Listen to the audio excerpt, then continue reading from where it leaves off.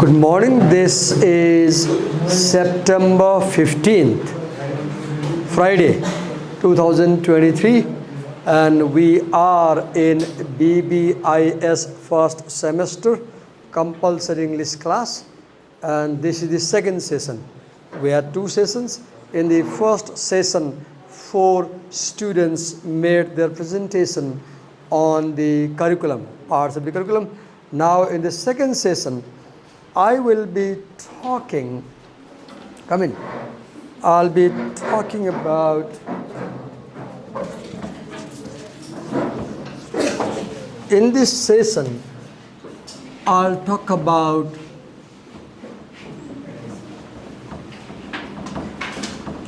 academic writing. Academic writing is the kind of writing that you do when you come to school, college, or university. So whatever writing you do in the classroom, in a sense, you can say that is academic writing. Academic comes from academy, and academy means a place of learning. Let's move ahead. So what I will talk about in this presentation is I will talk about the topic of academic writing today. Let's say, how does writing begin? In a sense, you have alphabet, right? And then you have another alphabet, and when you put them together, you have word, right? And if you have words more than one, let's say, or even only one word, you have a sentence. And when you have some sentences together, you have paragraph. And when you have multiple paragraphs, you have the essay. So you can see how writing begins from the alphabet, right? The sound. You have the letters, and you use letters to form words. You use words to form sentences. You use sentences to form paragraphs, and you use paragraphs to form essays. And the most important kind of writing that you will do in college throughout your life is essay. Exam essay. In exam you write essays, right? Research essays. Every time you come to a college or university, the basic writing you will do is essay writing. So essays are at the heart of academic writing. Okay, what kind of things shall we write at the college or at the university? For example, I asked you to summarize my class, right? That's academic writing. Outlining is academic writing. Summarizing is academic writing. Paraphrasing is academic writing. Quoting things directly is academic writing. And you do this summary, paraphrase, etc. when you write research papers. Have you read any research paper so far? Probably not. We'll read one this time. So, as part of academic writing, we write research papers, we write reports. You go to, let's say, a factory.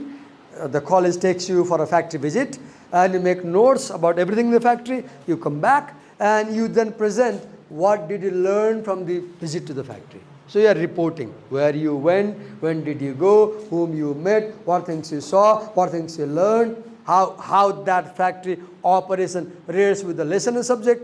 That's presenting a report. You have summaries of articles, you read long articles, and you maybe a 10-page article, you summarize in 1 page. Then you paraphrase complex words, difficult words. Then you have journal entries and other types of formula. What is journal entry? I ask you to buy this kind of diary, and I say at home each evening, note, summarize my class. So this is a journal is a kind of notebook that you use to write. your day-to-day life. A journal is a private, let's say a diary you keep to write. And journal entry is what you write in a note copy.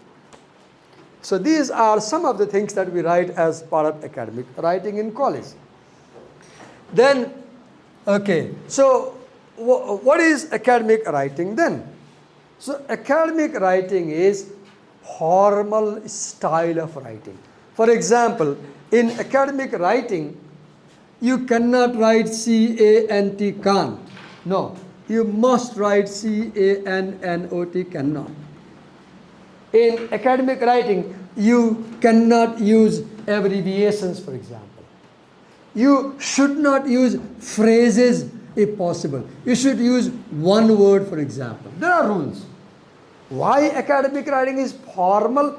Because there are given rules. What to do, what not to do. If you violate these rules in your writing, you get less marks. If you follow these rules, you get more marks. It is rule-based writing. You are not free to do whatever you like. There are conventions, you must follow them. And such writing is, where is it done? It is done at the university. Mostly academic writing is practiced where? Where do we practice it? At the university. Right now we are at Kathmandu University Affiliated College, LACM. So we are part of Kathmandu University, for example. And this image belongs to my workplace where I teach during day as a permanent lecturer. I am a permanent lecturer at the Central Department of English. I work there during the daytime. So academic writing, which I said is formal, used at university, and academic writing is also used in scholarly writing. What is scholarly writing? Writing that contains wisdom and knowledge. What kind of writing contains a lot of wisdom and knowledge? Research writing contains a lot of wisdom and knowledge.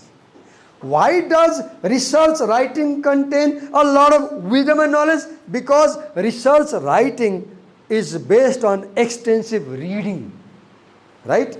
You read 10 books and you write 10 sentences, you summarize. So academic writing is, I can see here is an example of a journal of hospitality and tourism management. So I said academic writing is done for scholarly purpose, like writing term papers, research papers, theses, dissertations, exam essays, classroom notes, summaries.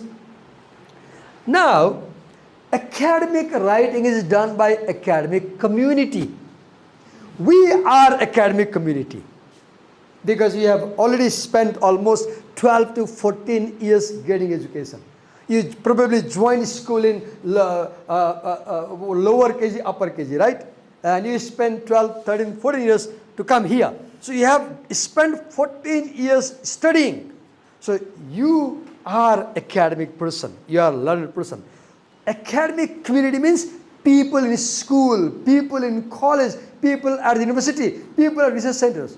And academic community uses academic writing to share their ideas, to share their information, and to share their research. Suppose you do a research about communication in banks in Nepal and you publish an article. Then you become part of academic community. Now, a porter, a coolie is not going to read your article. A banker will read your article. A banker is another academic fellow. So, academic writing is done by academic community to share their ideas that they discover, to share information with the people, and to share research. Now, academic writing follows specific conventions about structure, about content, about style. For example, here is a sample of a research paper, term paper, let's say. You have this, you must leave 1 inch margin. If you don't leave 1 inch margin, you get penalized because you're not following format. You must leave 1 inch margin down, 1 inch margin this side, all side 1 inch margin. You must indent this first sentence. Otherwise you get less marks. See the rules. You must center the title. You must have your last name and page number. You must double space the heading. You must double space all this. Look, I told you 5, 6 rules. If you don't follow these rules, you get least marks in your paper. That is why we say there are specific conventions, traditions, rules about the structure, about the style, and about the content. You cannot put your dream in your academic article, for example, unless there is a reason for that. You can't write too personal things in academic writing, for example. Academic writing is objective, it is not subjective. So I said it follows conventions, and if you read MLA book, Modern Language Association style book, or APA, American Psychological Association, APA, they teach you how to write things in following rules. Then, okay, what is the most common academic writing we do in college? The most common academic writing you will do throughout your academic career is the research essay. Understand, you will always write essays, shorter or longer. And mostly you will write research essay. What is research essay? An essay which is based on reading other people's writing.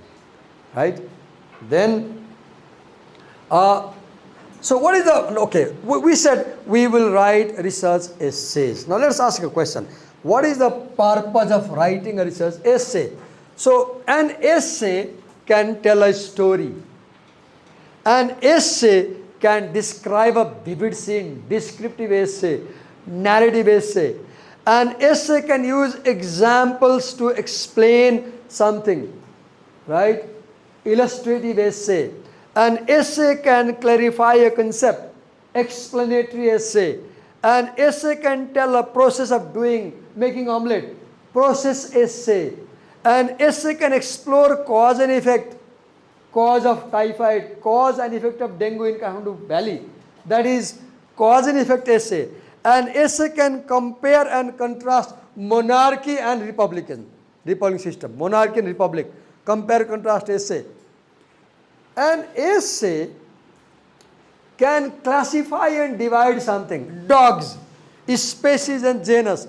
Dog, Alsatian dog, Rottweiler dog, German, Shepherd dog, species. Species and genus, right? Students, private students, public students, right? Like that. Then an essay can define theory. Definition essay, classification essay, definition essay, argue a case. Now these are more important for us because in academic writing we do these less, we do these more. I don't mean we don't define, we don't classify, we do all things, but we do these more. For example, academic writing is mostly about argumentation. Please, I repeat, at the heart of academic writing is argumentation. What is argumentation? You make a claim. You give reasons to support the claim. You bring evidences to support the claim. You bring resources. You quote, you paraphrase, you do research, and you create a new knowledge. So, in argumentative essays, you may reason or you may take a position. For example, private schools should be banned. Only government schools should run one argument. Somebody knows, sir, that's a wrong thing. I can't go to a government school. I like private schools. They have good quality education. For example, so you are arguing, taking a position for, against. Pros, propose a solution. Okay, there are too many motorcycle accidents in Kathmandu Valley. Problem. Solution, we must install speed detection cameras everywhere. Last time I got caught. I had to pay 1,500 rupees because my bike was running at 62 km per hour over there around Sanepa. I didn't know the camera is there, right? And I had to pay the fine. And now I'm very alert. I never ride above 50, 55. Look, problem and solution essay. Then persuade us to believe something or take an action. Okay, I smoke cigarette. And you write an essay about what causes cancer. After reading your essay, how tobacco causes cancer, I decided to smoke less. And after 6 months, I quit smoking. So that is persuasion, right? Finally, okay, we may combine these. Understand, no essay is completely one of them. Every essay has all components together. Every essay has all. So these are various purposes of writing. Okay, what does an academic essay do then? As I told you, an academic essay makes an argument. What is argument? Makes a claim, offers reasons and evidence to support the claim. Then, structure of an academic essay. It has introduction, body, conclusion.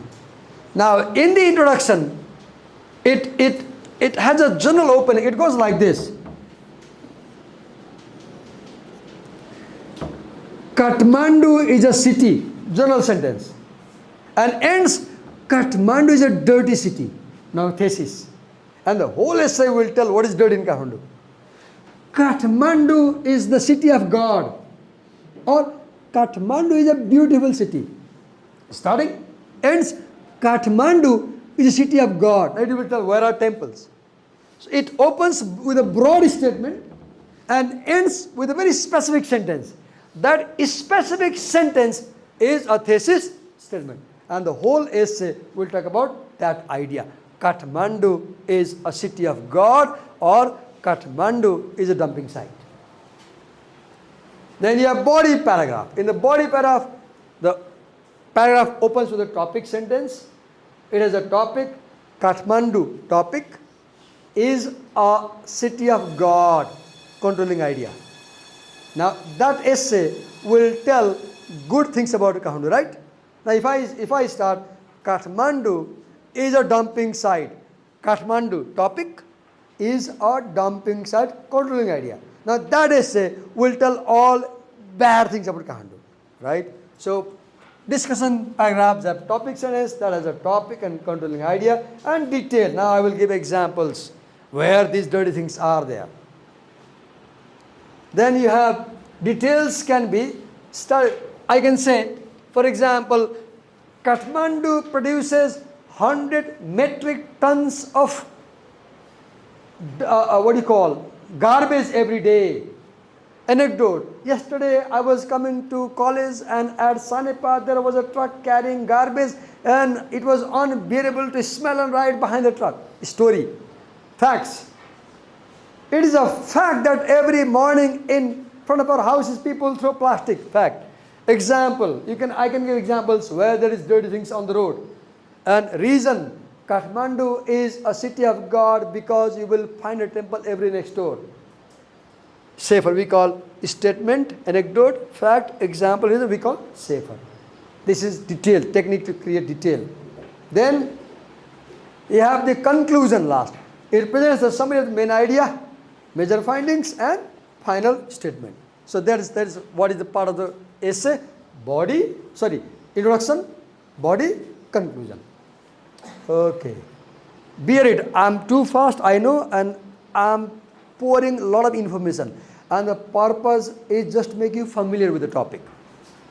Even if you don't understand something, bear it, you can ask me later on. Okay, now writing process. Earlier I told you structure of essay. Now writing has a process just as everything has a process. This class, I came in the beginning, I greeted you, I opened my laptop, I turned on the camera, installed the camera, I called you. There is a process, right? So everything has a process of doing it. In the same way, writing has three parts of process. Pre-writing, while writing, post-writing. What is pre-writing? Before you write, you need ideas. And to get ideas, you must assess the writing situation. What is that? For example, what is the topic I want to write about? You must have a topic. You cannot write anything if you don't have a topic. Right? You must have a topic. Okay, my topic is Kathmandu Valley. Now, what attitude do I want to express about the valley? I say Kathmandu Valley is environmentally good.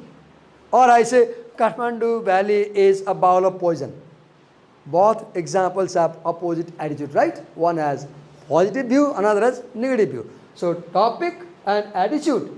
Purpose of writing. Now do I want to tell a story? Once upon a time, I was living in Kathmandu. Now I'm telling a story.